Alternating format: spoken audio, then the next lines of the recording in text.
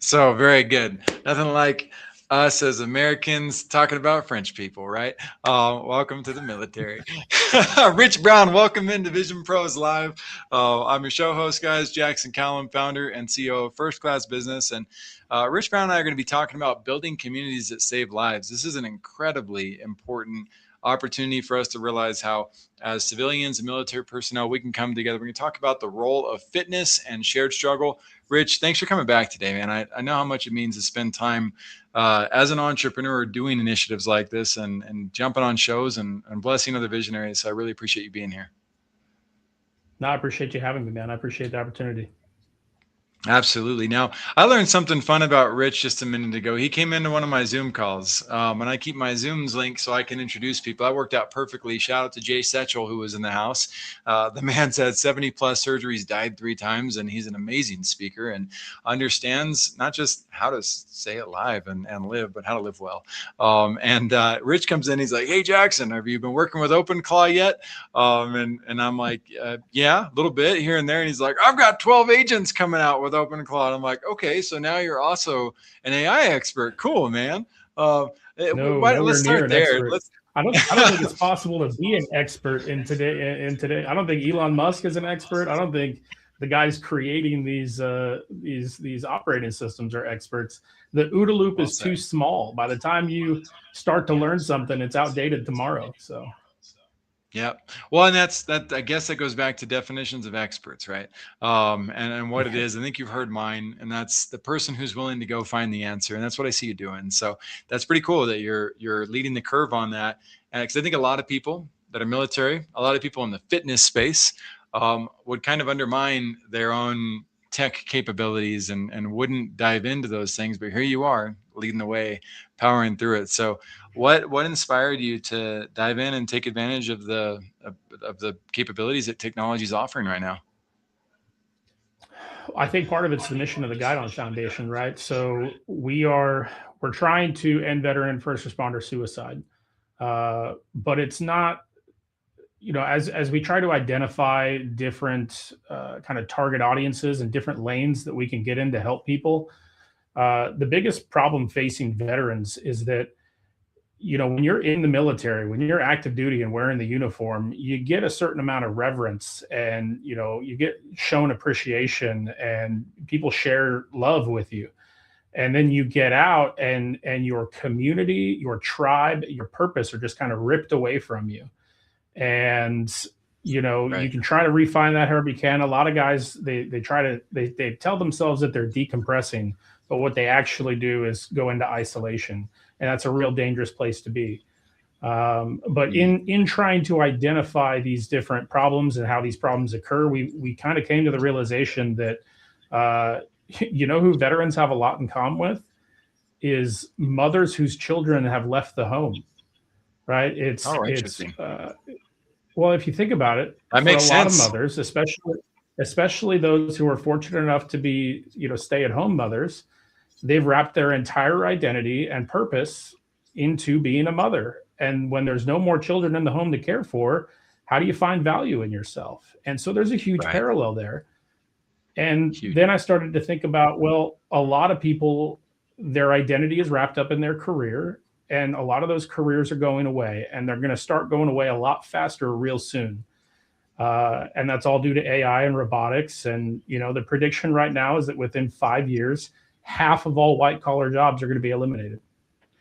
Not just Hmm. types of jobs, but half of all the people working in white collar jobs are going to have to find a new passion, find a new way to make a living and provide for their families, et cetera.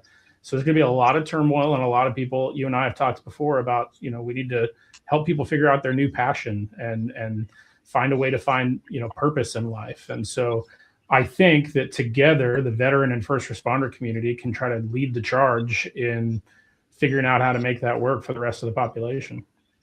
I love this conversation. My friends, we owe Rich Brown hugely for what I'm about to share with you guys. I've got a program called Passion Pro, and I've given it to dozens of people. I think actually hundreds of people by this point who wanted to find their passion, live with purpose. And in my case, what I teach, lead with love. And this passions assessment has always been behind the scenes, and Rich loved it. And he's like, Jackson, what if we use that? And I was like, not in its current condition, because it's not designed for the public to use. But I'm gonna drop it in the comments, because thanks to Rich, I actually put it all together in a format where you can go and access Passion Pro for free. Bam. And so I just shared that live with you guys. You guys can try it out. It is not going to change the world for everybody, but I have seen some amazing individuals dive into that and come out on the other side lit on fire with excitement and with direction and what they wanted to build and how they wanted to build it. So Rich, thank you for inspiring me to do that, because if it wouldn't have been for you, my team would have said, Jackson, stay focused. Don't mess with that. And so you brought that to fruition. I want to go back to another couple of things you said, though. I read a stat that 75,000 people last year lost their jobs to AI. And while that's a small number, it's going to be millions this year. Yep. And it's just starting now. And think about how trashy AI was last year. Wasn't that good? Like you could do some fun things with it, but you couldn't really do anything productive with it. And now that's changed tremendously. And then in addition to that, I'll give you another audience that relates well, somewhat to what you're talking about with the moms and with the military personnel. Member missionaries of the Church of Jesus Christ of Latter-day Saints, of which I was one. I spent 2 years out of the country in Uruguay, 1,000% focused on everything I was doing in my mission. I got home, I didn't even recognize homes. I thought homes were castles. I couldn't even focus when I got to the grocery store because it was so overwhelming with how much was going on. Like I was so lost.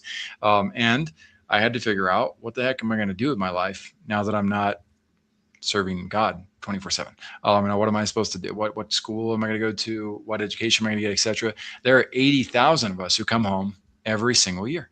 And those people too, they're all going to benefit from having access to communities that are focused on purpose. And as you've mentioned, shared struggle. So we're going to dive into that. We'll dive into one topic real quick before we take a break.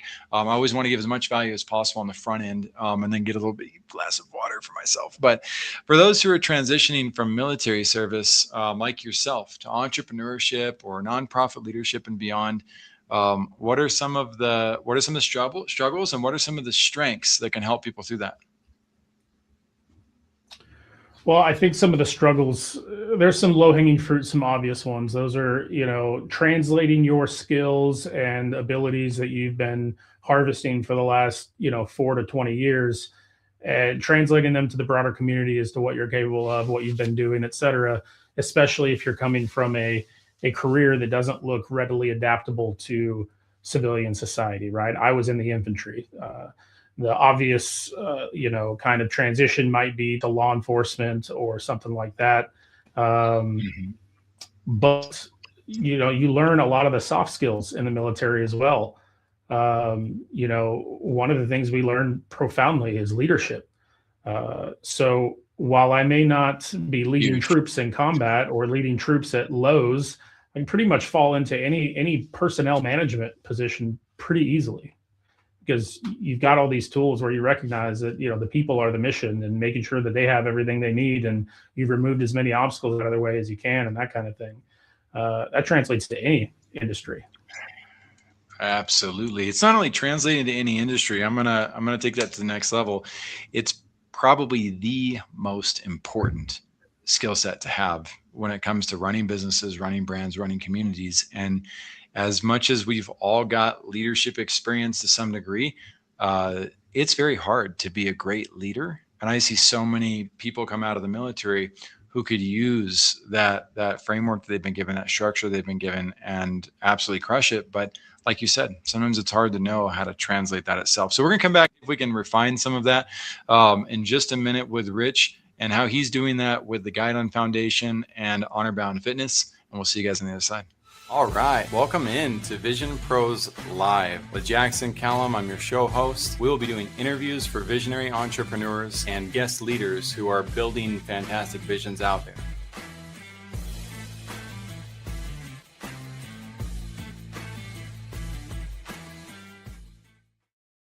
Hey, Hey, what's up, my friends? Welcome into another episode of Vision Pros Live. I'm your show host, Jackson Calame, founder and CEO of First Class Business, and I am flying solo today. My team in Pereira, Colombia, they have an electricity outage, and so forgive me and know that I would never be crazy enough to do this by myself. I do not believe in solopreneurship. We call it entrepreneurship.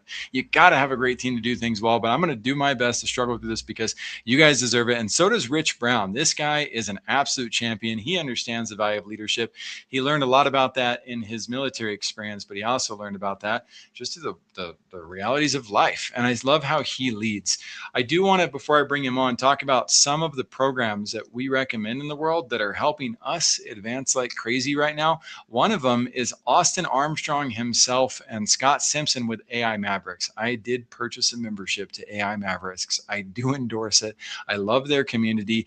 They're doing really cool things like Rich talked about, building things with OpenClaw and diving into Perplexity Computer and creating AIs that dominate their business and do, like, I love that. It's important. It's advanced stuff. And so this is where I go for my advanced AI needs.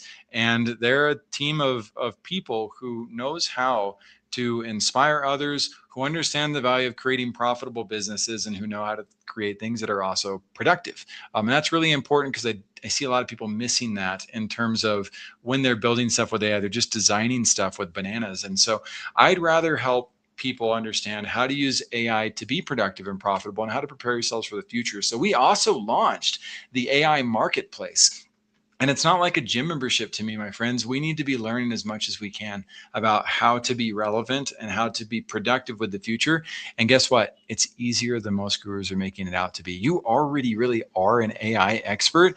You just haven't been able to correlate with what you've been doing. You've been using AI since the 1990s, and some of those include using email and email automation and filtering folders. Some of it includes filtering, Spotify or Pandora, and also using social media. What you don't have necessarily are how to translate the skills that you already have into the language that makes you relevant to perhaps your own employer currently, or employers that you want to get hired by. And if you stay ahead of that curve, then you're going to be just fine, in my opinion. Make sure that you are actually using your emotional intelligence and your leadership skills and learning how to translate those skills, just like Rich and I talked about. And there's two paths in this: one for professionals who need to revamp their resume, revamp their LinkedIn, and learn how to interview.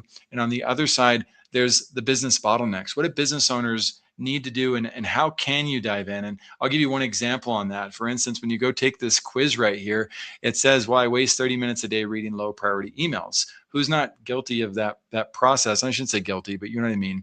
When some of you have 10 team members who are doing this, what if you had that automated so that the sorting was taking place naturally, and now they could dedicate more of their time to this one? How do I better take care of my customer experience? So I'm going to move on from this over to the water project, my friends. I absolutely love this cause. We're not affiliated with the water project. I just love what they do. And the first time I saw these kids celebrating water, like my kids celebrate their Christmas Day presents, I was like, okay, yeah, we need to get involved in this. And so we give to it monthly. And I hope that if you're not in a position to give to it, that you just talk to friends and family about this, because you never know who's going to give to this project, even if you're not in a position to do so yourself. But you can actually pick the project. And what's really cool about the transparency with the water project is they actually show you the results of the community that they impacted. And again, there's nothing like seeing these pictures. And so my hope, my friends, is we've got 8 billion people to help in the world. If you know people who need it, and there's another cause out there you'd like to see us support, please drop that link in the comments. I'll personally take a look at it, as will probably most of my team members, and we might contribute that to it ourselves. And so even if you're rocking a mic or sharing comments, there's ways that we can give back and help. We've got 8 billion people on this planet to help, and my job right now is to get back to helping each and every single one of you. So Rich Brown is here to do just that. Welcome back to Vision Pros Live, Rich. Appreciate you having me, man. Yeah, absolutely, man. Let's go right into the next piece. So there's something we call the loneliness epidemic among veterans and first responders. I would say that the world in the event of COVID also got to start to feel part of the loneliness reality that can exist. And of course, there's others. But what can be done? And we know why it's important. We want to save lives. We want to bring people together and create communities. But what can be done to help people not fall into a sense of despair and loneliness from your perspective? That's why we focus so heavily on events. We try to get people out of their homes, out of their basements, et cetera, and off their phones and out into parks and around town. And we do these ruck events. We do all kinds of different fitness activities out in parks and so on. And it is just getting people together, right? And getting, especially one of the reasons we love rucking. It's a great fitness tool, but you can also hold a conversation with people you've never met before, and you all have a similar, an excuse for being there, and it's not talk to the guy on your right or left or whatever. Um, and then it's about finding people that not only have the same interests as you, but you can align your values and purpose with. Yeah, absolutely. And so that takes us back to community a little bit and talking about building communities that save lives. I'm a huge fan of the TED Talk that says everything we know about addiction is wrong. And in it, his climax, his point for that TED Talk is that community, a sense of belonging, helping people feel like they belong and they matter, that could eliminate the majority of addictions in the world. So, what are your thoughts on Is that that? Dave Logan? Is that the same guy who No, wrote Tribal he's Leadership? got a foreign Eastern European or Western European name that I can't pronounce. And I will look it up while we Okay. talk. But what are your thoughts on belonging in communities? No, I think that's absolutely correct. I brought up Dave Logan because I feel like that speech could have been given by him. If you've ever read Tribal Leadership and his 5 phases of tribes, Oh, now I know who you're that talking about. bottom That's a one, phenomenal book. yeah, yeah, the bottom 2 phases. It's all about, the first one is life sucks and isolation and so on, and then you get to stage two, and it's like, well, I'm doing okay, but everybody else sucks, right? And so, or I'm Yes. sorry, people suck, right? Yep. Um, and so that's usually where you find those types of addicts, people who are trying to escape Yep. life, escape their community, etc. And the more you bring them out and include them, and um, you know help them understand that they're not alone in the world and that they have a purpose, and help them find their strengths and that kind of thing, the better off we're all going to be. Huge.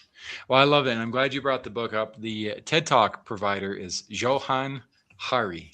Not as hard as I thought, but Hari. And I do highly recommend my friends looking that up. It's not something that can only help you with building out your vision and helping others belong, but you can create movements with this type of information that make a big difference. And so you got the event side that you mentioned, and I'd love to just dive into why do you believe, Rich, that shared hardships can either break us or build us? A lot of people, I think, associate adversity as something that only sucks sometimes. So how can hardships and adversity build us up? Marcus Aurelius taught us that growth is found in suffering, right? Everything that we do to try to make ourselves better, except for maybe just reading, even if it's the monotony of reading and studying, it's all suffering in some way, shape, or form, right? Uh, Suffering together, going through adversity together, means you're probably going to come out of it okay, and all of you are going to be stronger and better for it. You can't really get better without putting yourself through some type of friction and adversity. You think about what Yeah, you do in a gym, right? You're lifting weights, you're putting tension on your body in order to make it grow. You have to do that with your spirit and your mind as well. absolutely. I agree with that. And so the I guess another question for me, because you're let's talk about your programs, your vision for what it is that you do. You have Honor Bound Fitness. You've also got the Guide On Foundation. Tell me about your vision for both of those. So Honor Fit kind of gave birth to the Guide On Foundation. So Honor, as a gym, we wanted to introduce our region to rucking. And so we started doing these events, and then we realized that we could do this for a purpose, right? We had our first Ruck Hunger in 2024, where we gathered food for the food bank, threw it in backpacks, and said, if you want to donate this food, you're not just going to drop it off. You have to walk it 3 miles. And we gave them a prize. We said the team that donates the most pounds of food in a 12-hour window by carrying it and dropping it off wins $1,000 in a trophy, and so on. Um, these types of events just turned into, how can we use our fitness not just to look good naked, but to serve others and to better humanity, right? Let's help feed the poor. Let's now we have our this coming weekend we have Ruck with Pups, right? So we're working with 2 local humane societies. we're getting their dogs out of the shelter, out of these kennels, and taking them for a walk. And instead of carrying canned goods in our backpacks, we're going to carry dog food, and we're going to donate that to the Humane Society at the end of the ruck, right?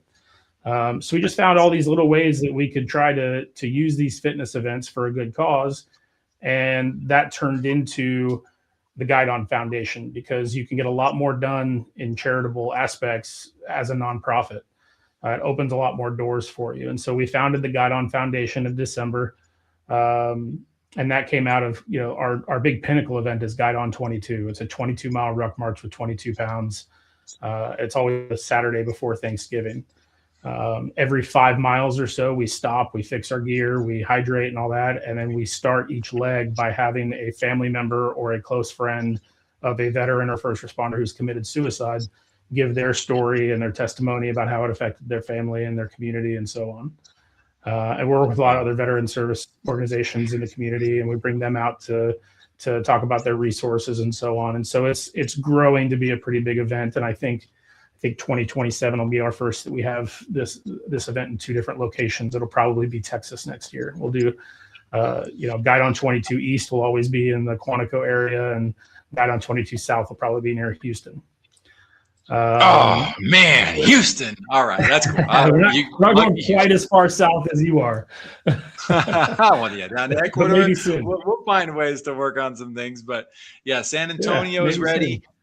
And Austin and Dallas, I'm sure too. And I'll be listening if you want to get involved in these types of things. Of course, virtually and in person, you can do so. But I want to tie this to all you guys as visionaries. One, the more we give, the more we get. That is scientifically proven. We want to be able to give, and we also want to figure out how do we create more awareness for these types of events too. And I'm sure you've learned some things on your side, Rich. I'll give 2 stories while you think about maybe sharing. What type of awareness has this driven for your brands? Who's gotten involved? Even if it was 1 or 2 people like that, I don't want to undermine the value of those individuals intentionally finding out about it. But I want to shout out to Paul Rasai, great friend of mine from Lifetime Fitness back in the day. And Paul runs a nonprofit in San Antonio called Workout Help Out. And so he believed that you could do good while you're doing your workouts. And they do community service projects and organize them as workouts in the process. So what you talked about, it can go beyond just looking good while you're naked. I was like, that's funny. Paul would really like that line as well. But you and Paul talking to each other could lead to mastermind opportunities of understanding how have you evolved? What have you learned about optimizing events like this to inspire people to get involved? And then I'm going to shout out to a powerful legend in San Antonio. His name is Howie Nistel, and I will get you guys connected as well. Howie Nistel runs Sharkmatic. He's helped 1,500 plus companies in the San Antonio, Central Texas area, but he also runs an event more than 20 years running now called Gotcha Covered. And Gotcha Covered it's the first Sunday of the month of December, I believe it is. Right now, when people come out to this event, they end up raising more than 60,000 pounds of food and clothing and stuff to fill all the shelters in town. The mayor gets behind it. He's just learned things through his 20 years of how to really bring the community together to pull these events and initiatives off. And it's so fun to be able to get involved in it. And so visionaries, think through how can you work with others who are doing something similar to you, as well as the entrepreneurs around you, because Howie then came back to a bunch of us 20 years later and he's like, hey guys, what if we all put $1,000 in to a random fund just to do random acts of kindness for people as we see fit? No 501c3, just us doing it as guys. And so 100 entrepreneurs all committed to putting $1,000 in. So we had a pool we still have a pool of this $100,000. I don't know what it's down to yet because I'm not in charge of the treasury, but and then we just come together and decide, what are we going to do for our city? What are we going to do for the people? Are we going to go to HEB and just hand this out randomly to people? That's our grocery store in Texas, by the way. Or are we going to go and do an event of some sort? And we all just kind of have a casual vote about the process. But there's so many ways that has led to creating great relationships that allows us to get involved in the community and just feels good, man. It's just fun. So I'll get you connected to those, Rich. Rich, what have the events done for you from a publicity standpoint even, and what are some of your favorite connection aspects of having run these events? Yeah. So in terms of publicity, I don't know that people see us out there and they either show love or show hate, one of the two. But it's wonderful. It's very, gratifying to see people who make new connections on these during these events, make new friends and share their stories, etc. There's testimonials popping up all over the internet slowly, right? People talking about their experience at God on 22 and things like that. And so I'm exceptionally grateful for that. We also, through these events and as it kind of grows, we're starting to develop new programs, right? And so Ruck with Pups was easy. I wouldn't say it's our first big event because it's just Ruck Hunger with dogs instead of food for the shelter or the food pantry. Our first big project as the Guidon Foundation is Service Leadership Academy. And so we're putting together a program, still very much in development, but as it stands right now, it'll be an 8-week program in the summer for rising seniors in high school. And we're going to somehow convince them to sit in a classroom setting for 4 hours a day, twice a week for 8 weeks. And we're going to teach them all about leadership. And they're going to get these lessons from veterans and from first responders and from other community leaders.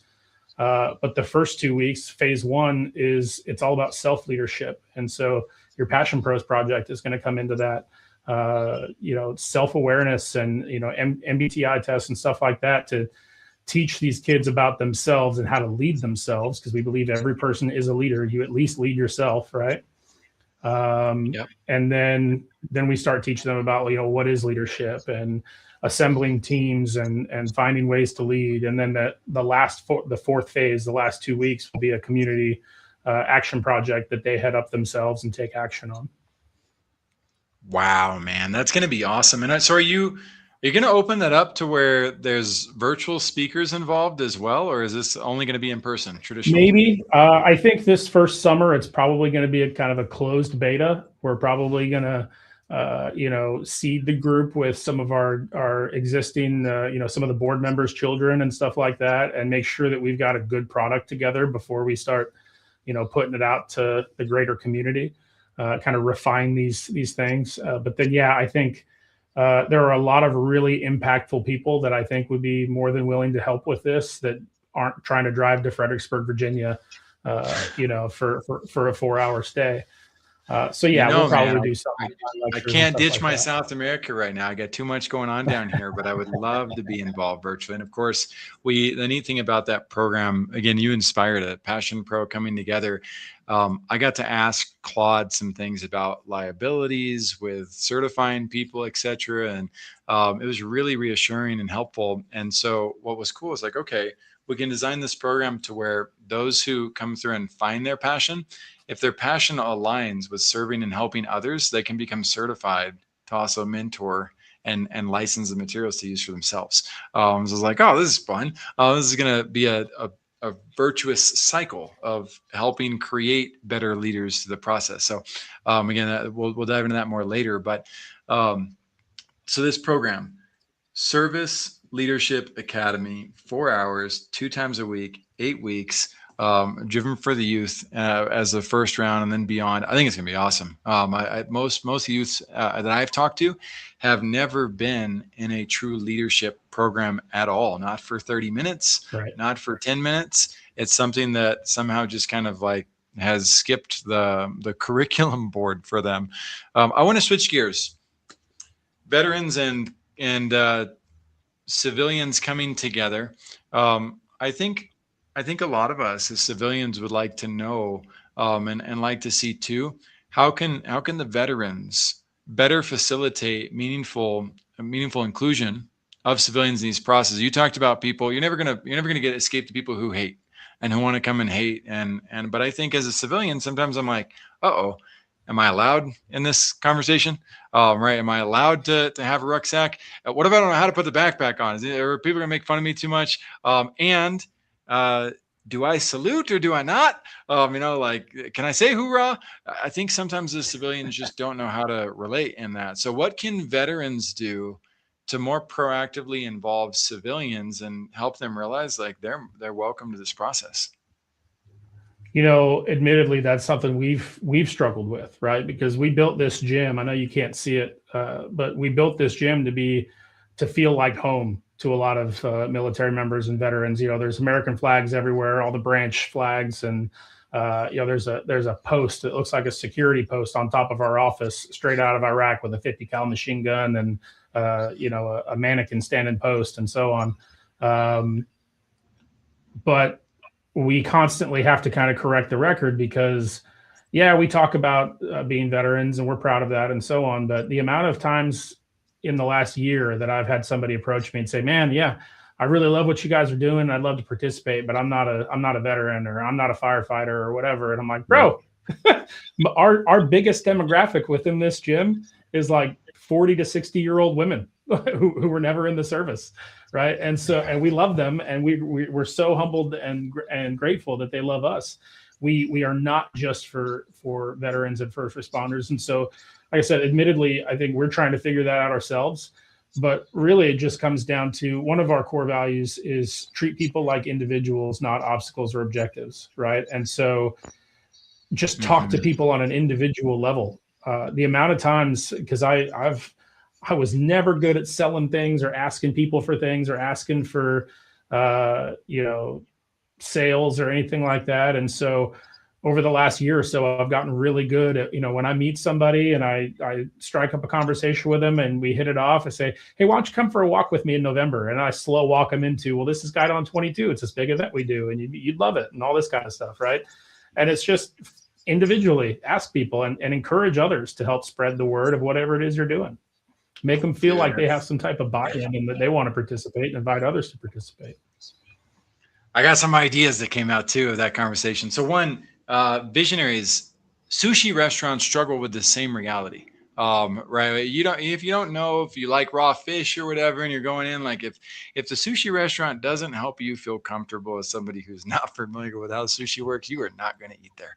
Right. And so it's not because I have anything against quality food, but if I just don't know, fear of the unknown is one of the greatest, fears that people have in life. And so one idea for you, Rich, you could lead the cause on this. Create a civilian flag. And now some people might be like, "Well, isn't that the United States of America flag?" Well, yeah, but the Marines have a flag too, and so do others. And so if you created a civilian flag, that might be an interesting way to draw some conversation around it. Two, Civilian Awareness Day. That could also be something that you play with. And Civilian Appreciation Day.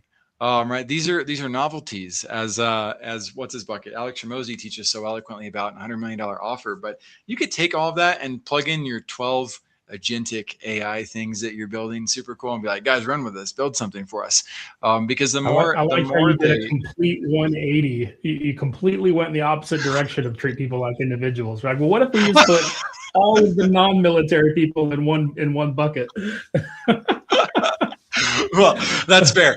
That's totally fair. I did, and it's funny, in Bill Gates' docuseries on Netflix. The person who's been following around for 3 years, he's talking to him about eradicating polio, and Bill's daughter stops him and notices a picture of this woman. He's like, "Dad," she's like, "Dad, what did you do for her?" And he's like, "What do you mean, we're eradicating polio worldwide?" And she's like, "No, what did you do for her specifically?" And he's like, "I don't know if we did anything."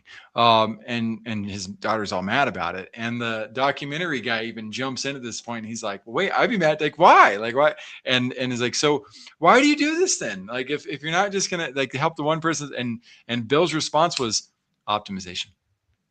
And I was like, "That's right." I was like, "Why?" Because yes, there's a vanity feel good about helping the one person that's right there in front of us. And I'm not saying we shouldn't, my friends. I'm not saying don't help the one, but I stand for 600 million Latinos, who are in Central and South America and get overlooked and undervalued. And it's like, okay, if I'm going to help all of them, I can't do it one at a time. Not that mission, but I can when I'm in front of the individual. So there's like that harmony and that balance. If you guys want to jump in, visionaries, and get involved in that conversation, please do. Don't hesitate. But yes, I did kind of take that in the exact opposite direction. So you guys do what you can with that. I just know different attack methods, different perspectives. There's nothing wrong with that. So important. I need food and I need water, right? We need abundance in life. So sometimes we need to go left, we need to go right. All right. So let's return to why many veterans, why do you think they struggle? after leaving their structured environments. And it's like, okay, well, duh, they don't have the structure now. But what is beyond that? I think there's other elements, and sometimes it's my military buddies who ask me or bring it up with me, and they haven't figured out that they can see the challenge, much like an alcoholic is like, and you can be like, well, stop drinking alcohol. Oh, thanks. It's like, I'm glad you solved that for me. But what is it that makes it such a struggle? What do you think, Rich? Well, I think I kind of alluded to it earlier, right? Is when you're in the service, when you're wearing the uniform, you get a certain amount of reverence. We have holidays dedicated to our veterans. We have, you know, programs for military discounts and all this kind of stuff. And you know, you don't not feel a certain way when you see somebody in uniform, and you want to show them appreciation and respect and so on. And then to abandon that and to not wear the uniform, not get that same reverence like you know, the active military members do. It's a different world, and like you said, coming back from South America or the mission you were on, it's kind of culture shock, right? Like I didn't know it was like this, um, and so that's why we're focusing so much on those two objectives: is finding tribes and finding purpose. Um, Yeah. So I how do you think I do that? answered your How do you question. recreate? How do you and we can focus on one of these individually if you'd like, but how do you recreate mission and tribe and purpose once you're in civilian life? Well, that's why I was so you know, happy to talk to you about passion pros and finding ways to help people find their next passion. But every community is struggling with something, right? Every community, no matter what size it is, they have some type of problem, some type of thing that needs to be fixed. And so we call the Guide On Foundation the Guide On Foundation, because for one, we don't just focus on veterans. There's all kinds of veteran nonprofits out there, and there's a bunch of first responder nonprofits as well. But I don't know of any one that focuses on both equally and tries to connect the two in a shared mission. And the Guide On, if you're familiar with military parades and so on, it's that flag that they carry at the front of every company or battalion or military unit that has their military emblem on it. It has their unit designation, et cetera. And it's a symbol that they rally around, and it carries a certain amount of responsibility. When you have a change of command ceremony because one captain is leaving and being replaced by another, or whatever, they literally have a parade formation where they pass the Guide On from one commander to the next. And it's Mm, symbolic of that responsibility that you have to your community, right? Your military unit. And so the military has guidons all over the place. Every branch of service uses the guidons. And the law enforcement and fire academies use guidons as well. And so it's a symbol that we all know and can identify with and rally around. But it's also symbolic of, like I said, that responsibility. We're trying to encourage veterans to find that problem, find that struggle that their community has, and to pick up their guidon, make their own guidon, and lead people towards fixing that problem. And yeah. it's not about, you know, necessarily finding the one thing that you're passionate about so much as finding the one problem you might be able to have a positive effect on and leading other people to try to have a good outcome from it. That's awesome. So if somebody wants to get involved, get in touch with you guys, what's the best and easiest way to do that? I see you got our website there, the guideonfoundation.com. You can also find us on Facebook, Instagram, all the socials, and it's always Guide On Foundation, no periods, no spaces. And the same thing with Honorbound Fit, honorboundfit.com, Honorbound as a social media tag, you know, no spaces, no periods, no underscores, no nothing. Very good. And my advice to you guys, visionaries, reach out to Rich, send him a message, like engage human being to Happy to human include being. everyone in our community. It's a big tent we're trying to build. Yeah, absolutely. And the neat thing about getting involved early in processes or in opportunities like this is you have a bigger role and a bigger opportunity with these types of initiatives. And so you don't have to be the Walt Disney per se. I mean, most people that help great companies and brands, whether it's Disney, as I mentioned, or ESPN, which is still Disney, that's not fair, or Harley Davidson or others, like you don't necessarily have to be that front facing piece. you can make a difference by being involved in the process. I mean, a leader can't lead unless he has people there to actually follow the process and support it. And so get involved. And then visionaries, those of you who want to come on this show and share your own visions, there's a button in the top right corner at visionproslive.com. It says be our guest. Click on the button, come be our guest. While we still got slots available this year, it's not a bad idea. I think we're booked through June or no, I think actually through July or August at this point. And so we'd love for you to come on. Tell us about what you're up to, how you're helping in the world. Before we wrap up fully though, Rich, is there any other pressing matters that you want to talk about in relation to helping visionaries, in relation to what you're up to? I'd love to just follow your lead for a few minutes. No, I keep seeing my shirt here in the screen, and I made this shirt. We sell it. It's not just it's not a shirt that I wear because I'm trying to sell a book, right? I have no book to sell you, but the smaller print, I don't know if you can read it on screen. It says live a story worth telling. And the idea is I heard a quote that I fell in love with, and I'm paraphrasing because I have shit memory, but it's the difference between a good ending and a bad ending is when you decide to stop writing, right? And so when we talk about veteran and first responder suicide, you get to decide when to stop writing the story. And just because it's hard now and it seems like like your story is going to have a shit ending, a lot of times you just got to choose to keep writing and keep telling your story, and eventually you'll have a story worth telling and you'll have a positive ending. My friends, last year was a tough year for a lot of reasons. I'm sure for many of us, but man, it was hard. And my coach, Fletcher Ellingson, said something very similar to what you just said, Rich. And it lifted me up and reminded me, it's like, Jackson, it's like, is this going to be the last chapter of your book? And I like, this is your call. Do you want it to end like this, or do you want to just keep going? And this could be what gives your book that much more substance. And so remember, this is not the end of your story. Don't make it such. You get to control what that ending looks like. So I love what you're saying. That's a really cool shirt too. We are all the authors of our own stories. So what a powerful way to head out on that, visionaries. Mitch has lots of books, lots of chapters, lots of legacies to still fulfill in his life and bring forward, as do I, my friends. This is not the final chapter of what Jackson has going on, whether it's with the AI marketplace, Passion Pro, which we just released, Power Launch, what we do with clients, Vision Pros, the BeYourBestShow.com. Like, it just goes on and on. There's so many opportunities. And I hope that you also end up with your visions realizing, like, you know what, my vision might right now be that mountain range that's over there. And you might be in a desert, and you get to the top of that mountain range and you end up seeing an oasis, or you see a forest, or you see a town.